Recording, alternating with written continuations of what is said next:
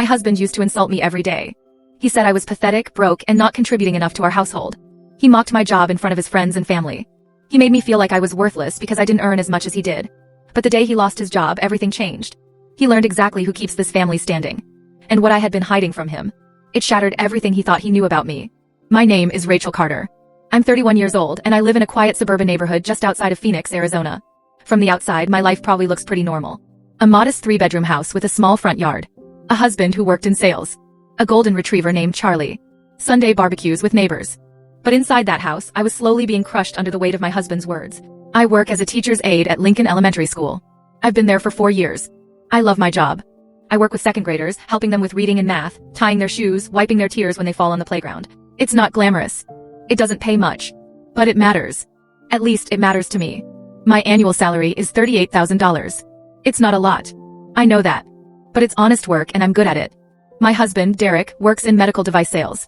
Or at least he did. He made around $95,000 a year plus commissions. He was proud of that number. He mentioned it often. He wore expensive watches. He drove a BMW. He talked about his sales numbers at every dinner party. And he made sure everyone knew that he was the breadwinner in our marriage. I didn't mind at first. I was proud of him too. But somewhere along the way, his pride turned into arrogance. And that arrogance turned into cruelty. He started making little comments about my income. Little digs that felt like tiny cuts. At first, I laughed them off. I thought he was joking. But the jokes never stopped. They just got meaner. I tried to help financially in every way I could. I took on extra tutoring hours. I sold crafts on Etsy. I clipped coupons and meal prepped to save money on groceries. I did everything I could to contribute. But it was never enough for Derek. He always found a way to remind me that I wasn't pulling my weight. That I was lucky he took care of everything. That without him, I'd be living in a studio apartment eating ramen noodles. I started to believe him. I started to feel guilty every time I bought something for myself. I started to shrink. I stopped talking about my work because he'd roll his eyes. I stopped sharing my dreams because he'd laugh. I became smaller and smaller until I almost disappeared. I didn't know everything was about to flip. Derek's personality wasn't always like this. When we first started dating 7 years ago, he was charming and ambitious. He had goals. He worked hard. He talked about building a future together.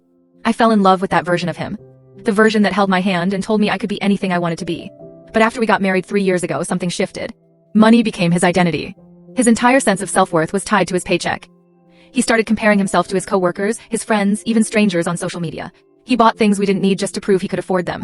A new TV. A luxury grill. Designer sneakers.